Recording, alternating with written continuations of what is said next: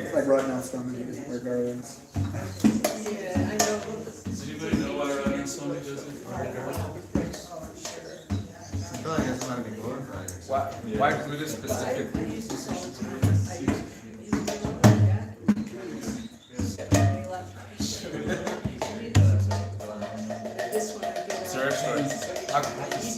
Why do you garland Buddha? Out of curiosity. That's good. For the patio people. Because they have Buddhist great. So people like to see the Buddhist priest. The patio Buddhist. That's really Buddhist. I was.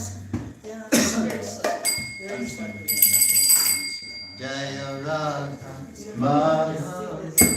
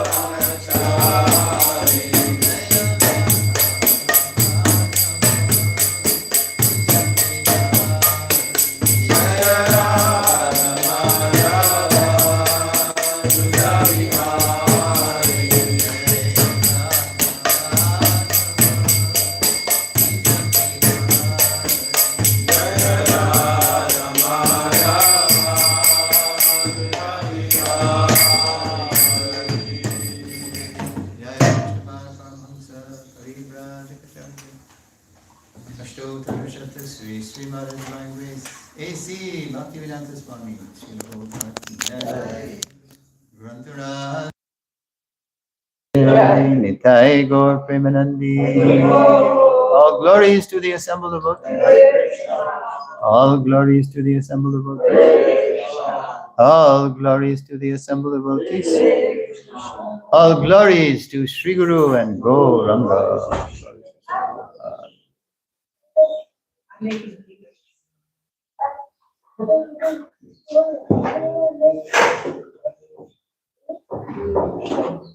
Parikshit, do you want to make ghee-wicks too? Uh-oh. Why did I say that, right?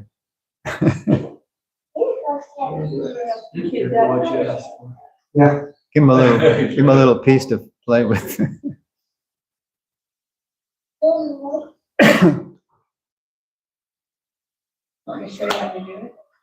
Om Namo Bhagavate Vasudevaya. Om Namo Bhagavate Vasudevaya. Om Namo Bhagavate Vasudevaya. Om Namo Bhagavate Vasudevaya. Om Namo Bhagavate Vasudevaya. Om Namo Bhagavate Vasudevaya. Reading from the Srimad Bhagavatam, translation and commentary by Srila Prabhupada, Canto 5, The Creative Impetus, Chapter 2, The Activities of Maharaj Agnidha. And we're going to do 18 actually through 21 because it's very short or even no purports. So it's prose. I'll just do the prose, the text 18. Sa tatatas tasivira yuttapatir buddhishila rupavayaha Shriyauddharyena parakshiptamanastena saha yuta Parivatsaro palakshanam kalang jambudvipa patina bhaumasvarga bhogan bhubhaje. Word for word. Sa, she, ja, also, tataha, thereafter, tasya, of him, Vira Yutapatehe, the master of heroes, Buddhi, by the intelligence, Shila, behavior, Rupa, beauty, Vayaha, youth, Shriya, opulence, Audharyena, and by the magnanimity, Parakshipta, attracted, Manaha, her mind, Tenasaha, with him, Ayuta, 10,000, Ayuta, 10,000, Parivatsara, years, Upalakshanam, extending, Kalam, time, Jambudvipapatina, with the king of Jambudvip, Bhauma, earthly, Svarga, heavenly, Bhogan, pleasures, Bhubhuje, enjoyed.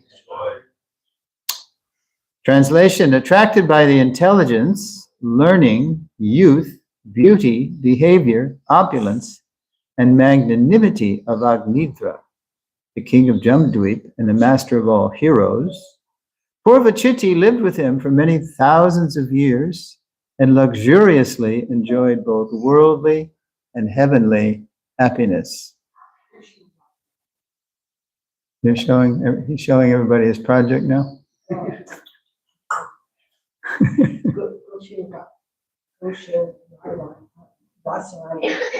Go show your mata.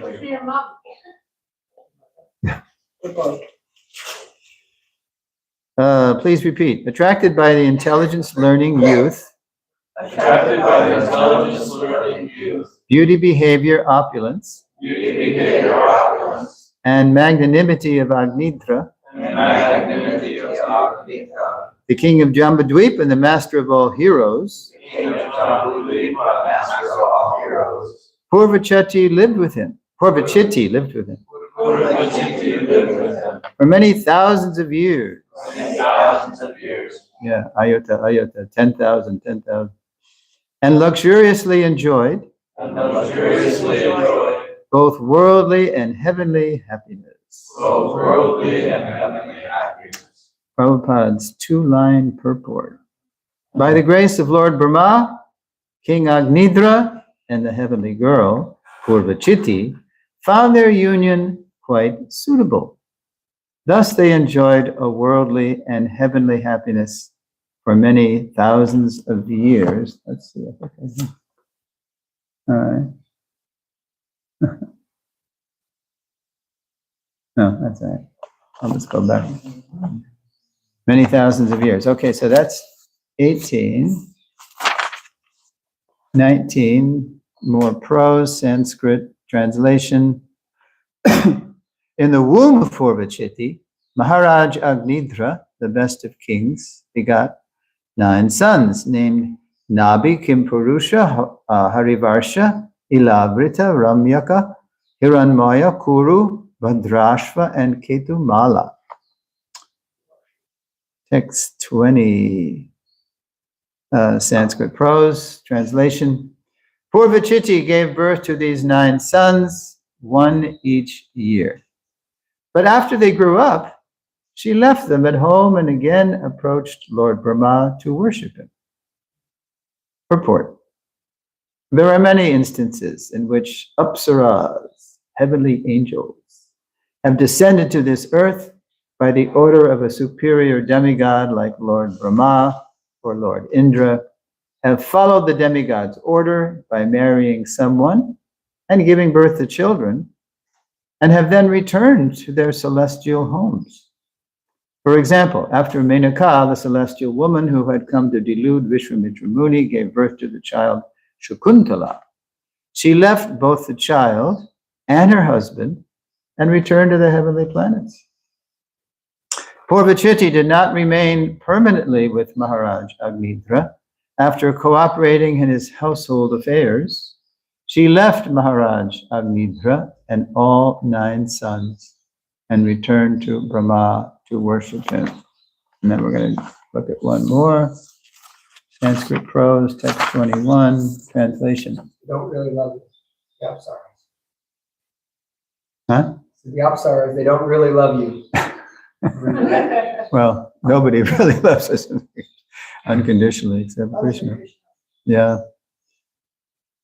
Translation to text 21. Because of drinking the breast milk of their mother, the 9 sons of Agnidra naturally had strong, well-built bodies. Their father gave them each a kingdom in a different part of Jambudvip.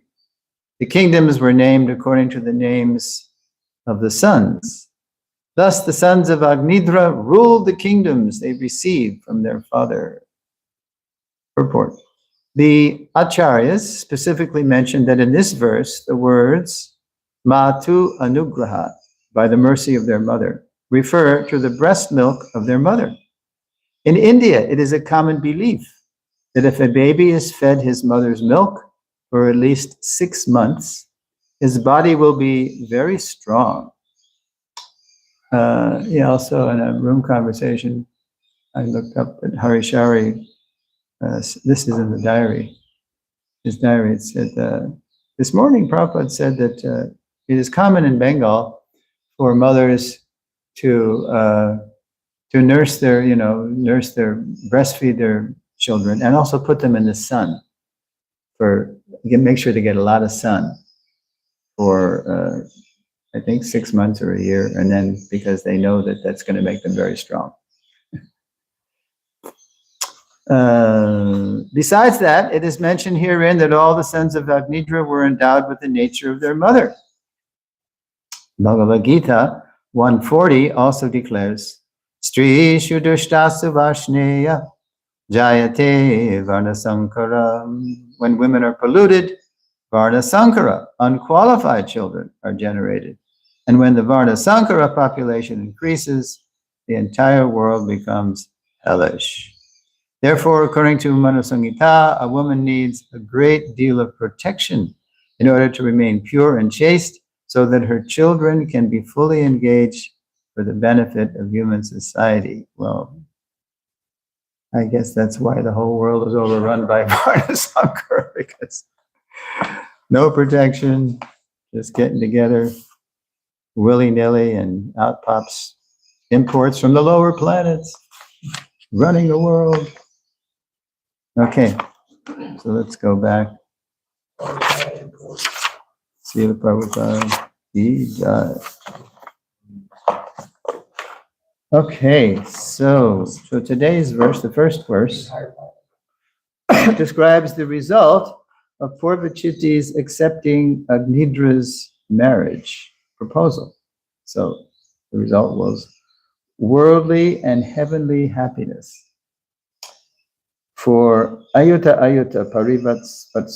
Parivatsara, many thousands of years. That was the result of her accepting the proposal. So they had a good time, many thousands of years. Now it is purport, that 2-line purport. Srila Prabhupada reminds us their happiness was made possible by the grace of Lord Brahma, he arranged the marriage. It was an arranged marriage. Lord Brahma knew that Agnidra wanted a wife, and so he said, "Don't worry, I got it all. Just meditate, and then she's going to appear." And now, so because I realized that that Brahma was it was an arranged marriage, then I started looking up things about arranged marriages. Okay, so this is kind of it still exists. Even in like when Prince Charles and Diana got together, that was an arranged marriage. Lady Diana Spencer was engaged to Prince Charles. So in the higher echelons, because they want to make sure that they're of the same station and all this stuff. And also in India, this still goes on. Although more and more people are running away and eloping, and they don't want to. Or even Rukmini did that. Right? She wrote a letter to Krishna. They want me to marry Shishupal. I don't want to marry Shishupal. So and she took the initiative. She wrote Krishna a letter. Come kidnap me, and here's when you do it. So anyway, in Vedic marriages, the arrangers typically looked at a couples, and here's what they look at. They look at horoscope, right? They want to see compatibility according to what the stars are saying, right? They look at the Vedic marriage. It's not just two people marrying; it's two families marrying, right? Make sure the families are going to get along. Like the Days and the Muliks, they were close. They were friends. So when Gurmohan married Rajni, that was a compatible family arrangement. Economic compatibility. Want to make sure that there's going to be like the wife might have expectations of a very opulent marriage, but maybe the groom is not a big earner, so she's going to have to accept a simpler. So they're going to be. Is this going to work economically? Spiritual values, that their values are the same. Spiritually, maybe one's. Let's see. In India, one might be, I don't know, a Jain, one might be a Buddhist, a Muslim. Mirabai was married. She was forced to marry Mirabai. Yeah. She was forced to marry a prince, but she wanted no part of it. But they weren't Krishna worshippers. They were Durga worshippers. Is that in the movie? That's what the movie says, at least. It's the Bollywood version.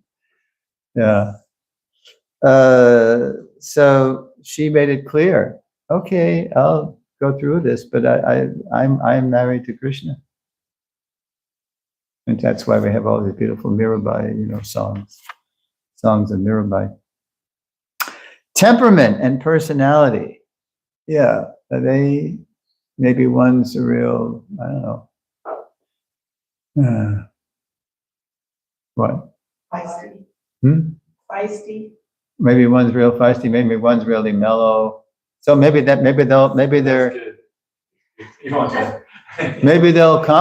opposites will complement, but maybe they'll clash. So you got to make sure that. No, I don't want to marry him. He's too mellow. I'm too. Generally, fiery personalities like like fire signs get along best with other fire signs. Sag get along with Aries. Aries get along with Sag. Sag get along with other Sag. And Kshatriya ladies get along with, passionate, warriors. Health.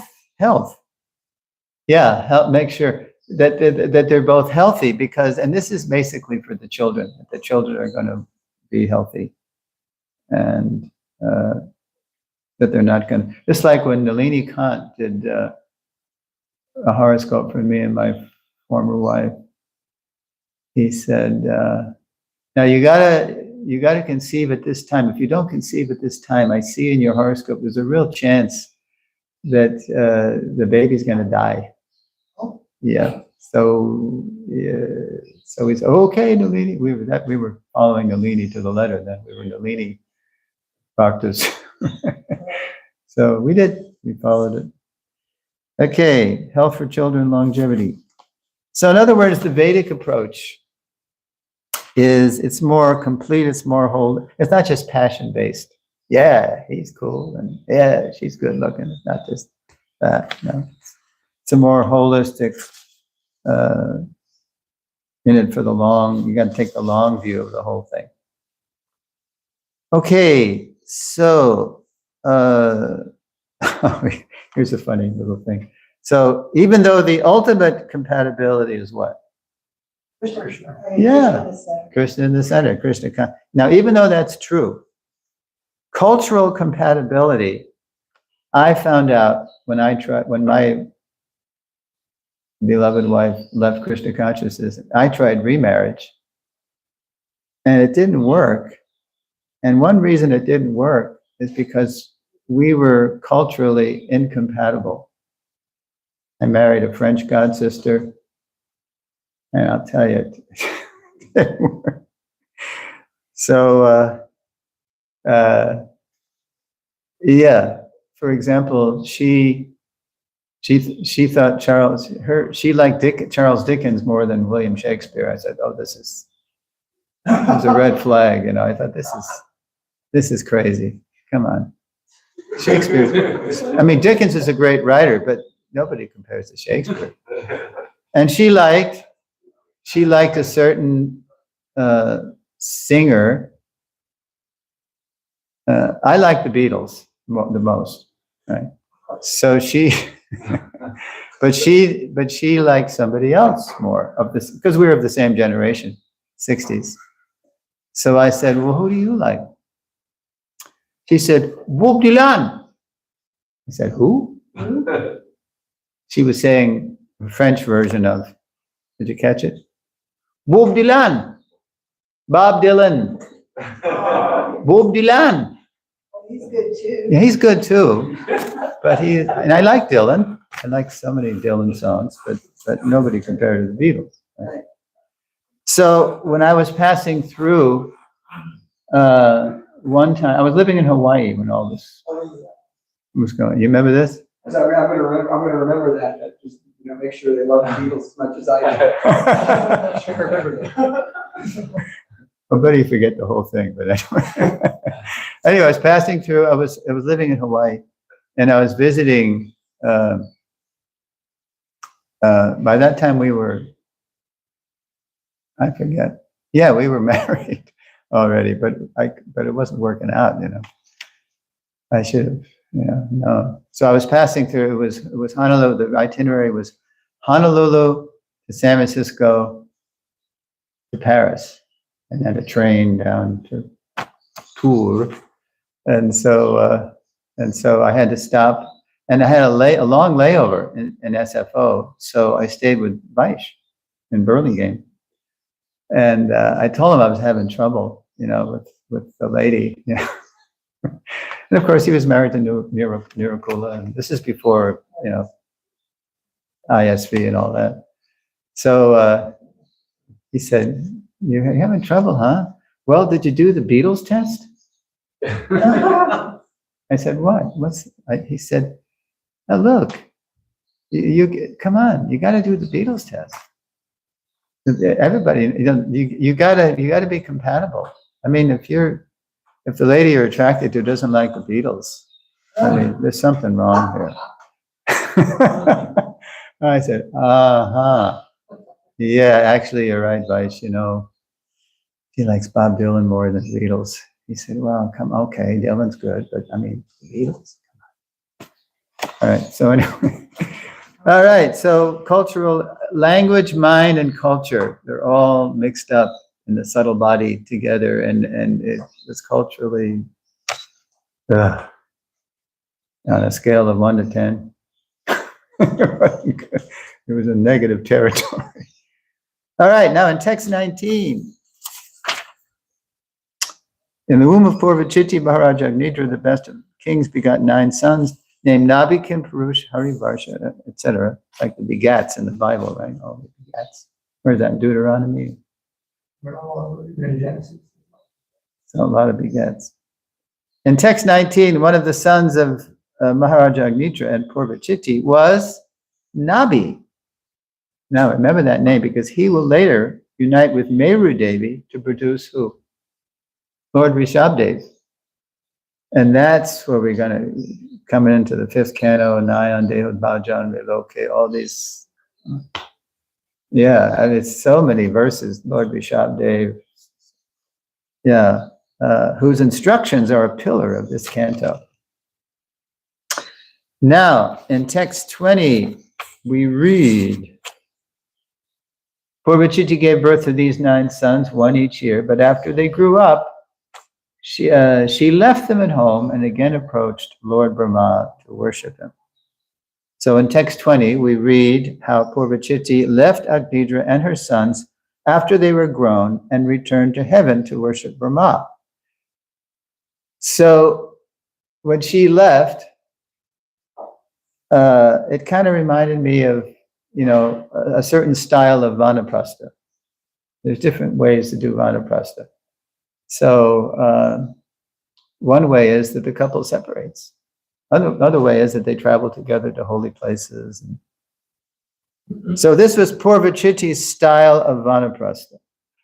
This was her way to do it. She left. She went back to worshiping Lord Brahma.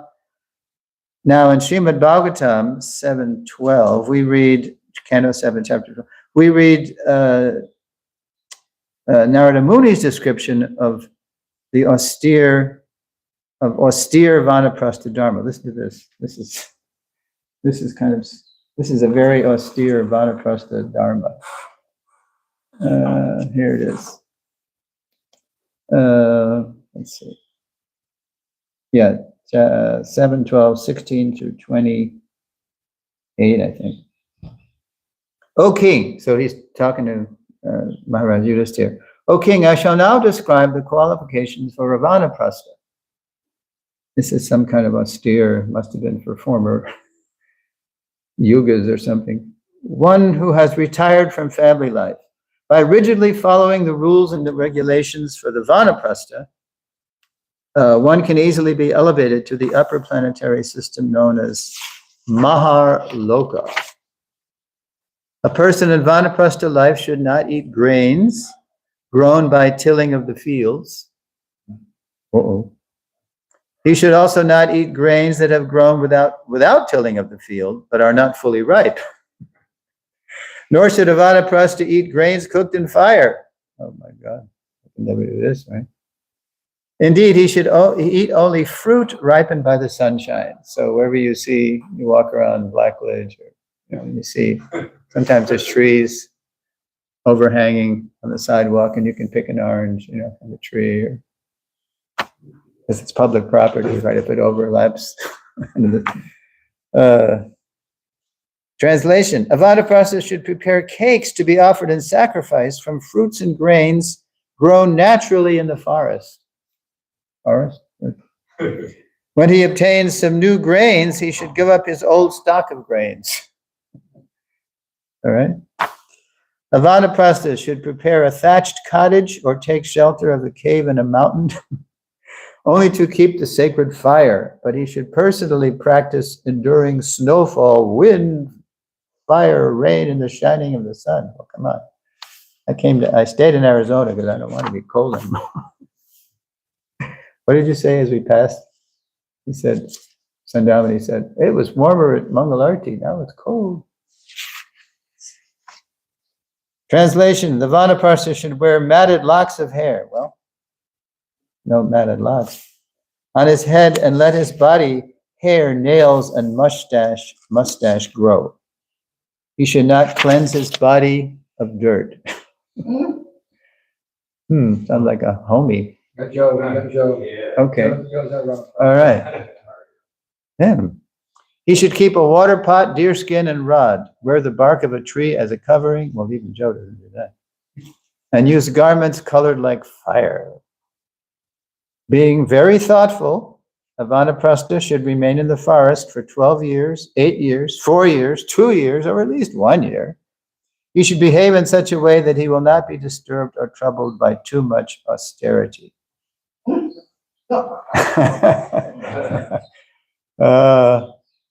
When, because of disease or old age, one is unable to perform his prescribed duties for advancement in spiritual consciousness or study of the Vedas, he should practice fasting, not taking any food. All right, and it gets even more wild after that, so I won't even read that. All right, so Vanaprastha. Now, oops. When you're not eating or drinking, there's no die. I mean, That's it. state. Well, if you live here, you not eat it. You know, there's no food. All right.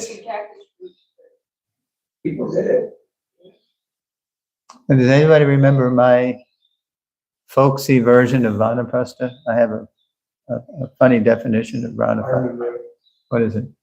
My person used to, was it you go to bed lonely and wake up grateful? Yes. This is a Suresvara Samhita. You go to bed lonely and wake up grateful. And I'm repeating that because Jayadwada Swami liked it, so that's my cover. He's writing a book on Vanaprastha. He is? Yeah. Well, also when Devi comes, she's got a book on Vanaprastha. Gave it to me to give to someone, I gave it to him. Few questions. Okay. Now, It was meant for you. here's a question for you. What's Prabhupada's prescription for the ideal Vanaprasthas? What do they do? Prabhupada's prescription. They stay together and preach. Yeah. They stay together.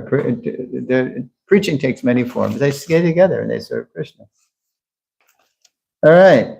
So you're okay. Good. Now, here's in text 21, this is the last verse. Verse and purport. We read that Maharaj Agnidra's sons all were strong because of, remember? Nursing. For at least 6 months. Drinking the breast milk of the mother. Now, I got something to add to this, which I found in Prabhupada Memory Series number 77 with our godbrother Kishori. You know Kishori? French lady? Okay. Where did you know her?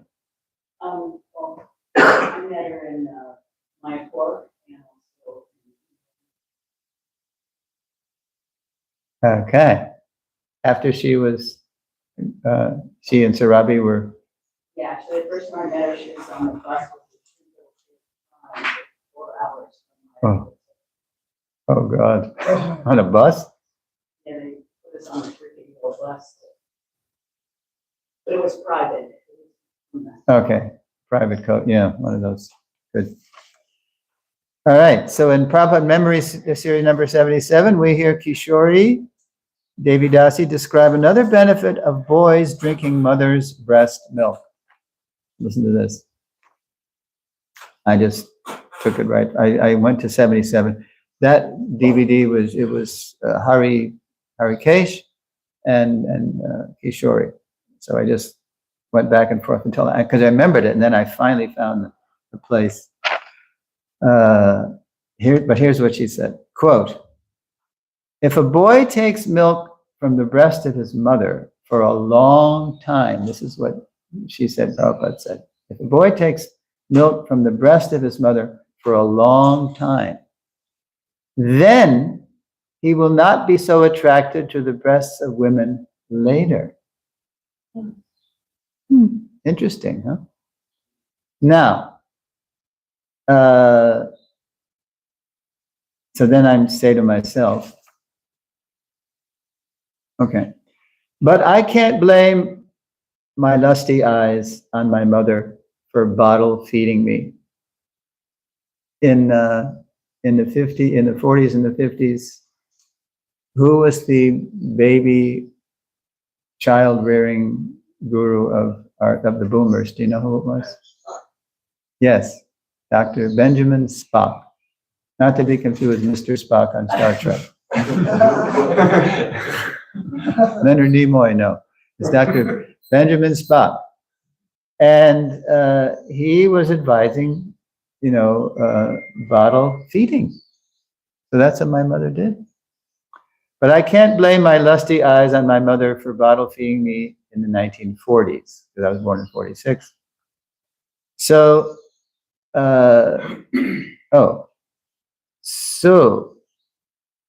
but then there is, I can't blame it on my mother.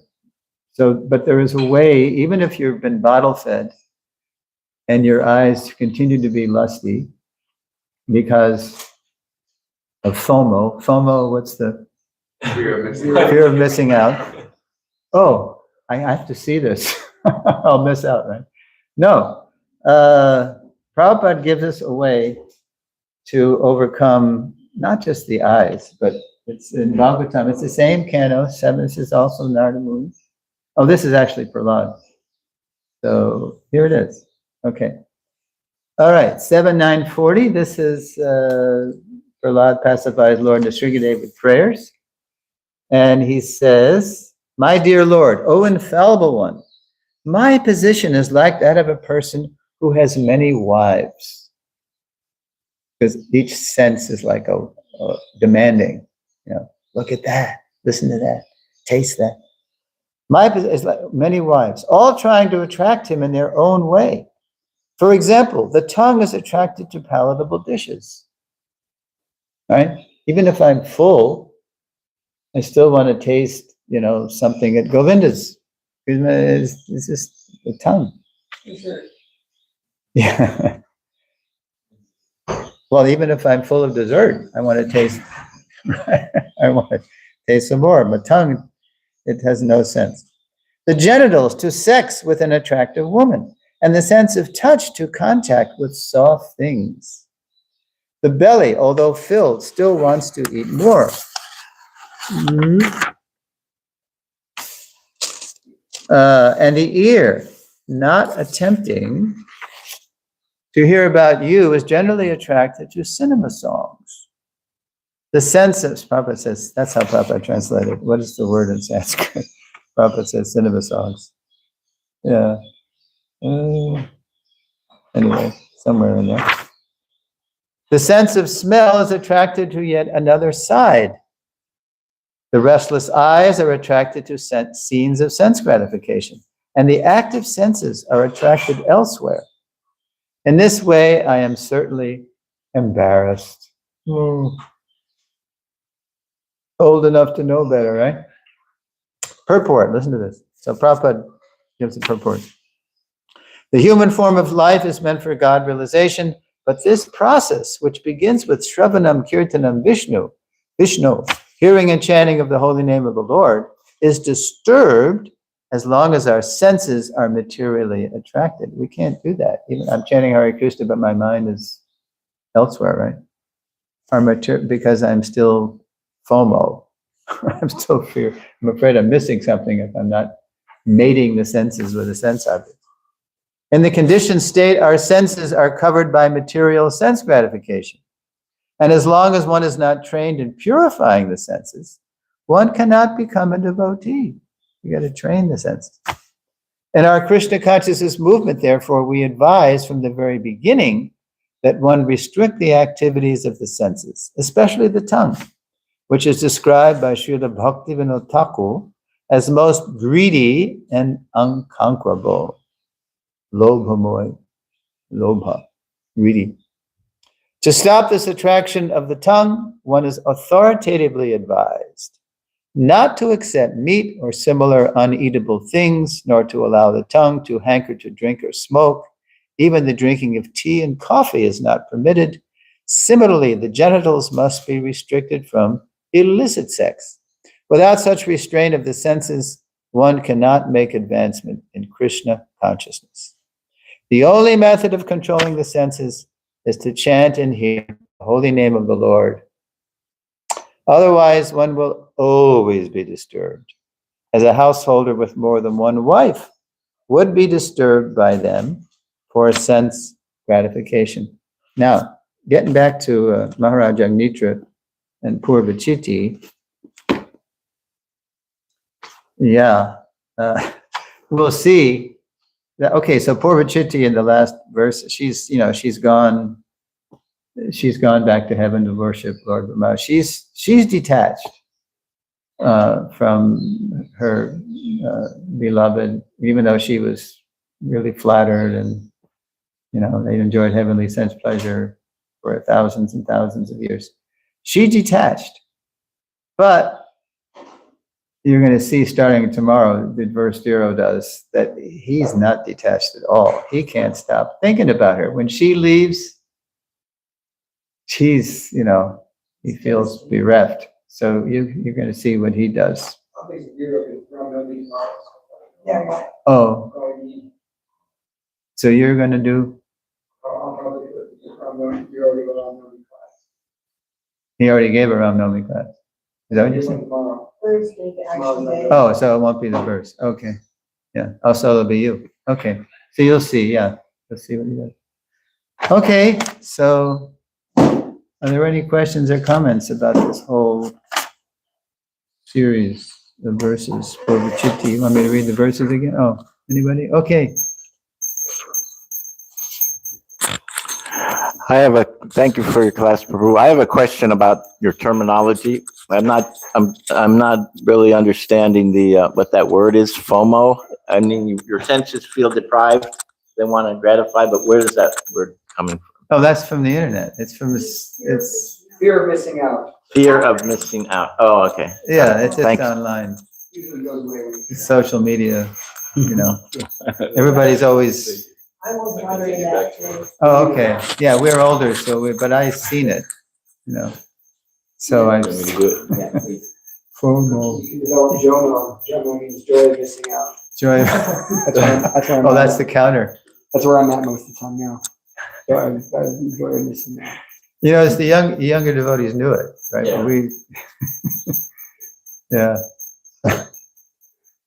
Also, I get this thing from a thing called Word Smarts, and today it was because they're always talking about different words that are anyway. So now they had emoji smarts. You have to know how to use emojis right. Anyway. Okay. Yes, Nita.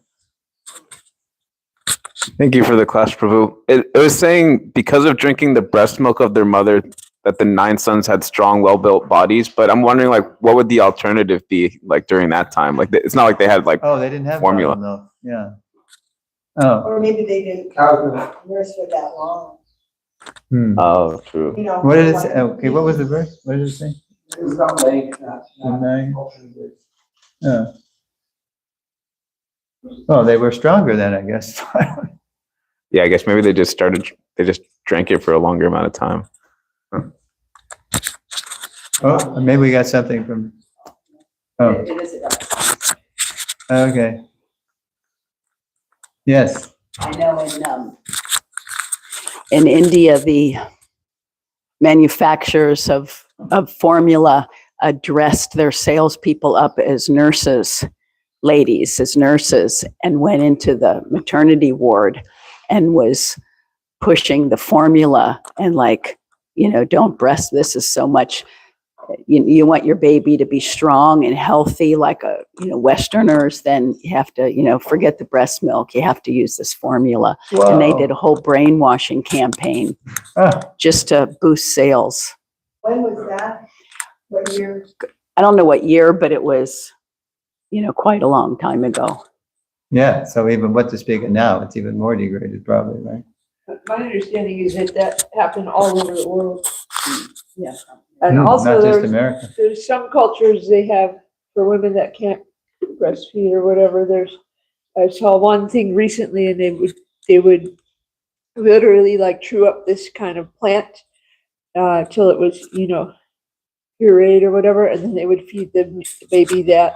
That was only in cases where there was no milk being produced. Previously in Krishna's time, there was also wet nurses. Wet nurses. Yeah. Like Putina. Yeah. Wet nurse. Putina. Yeah. Bad example. Yes. And also, Krishna himself, he was nursing from different gopis.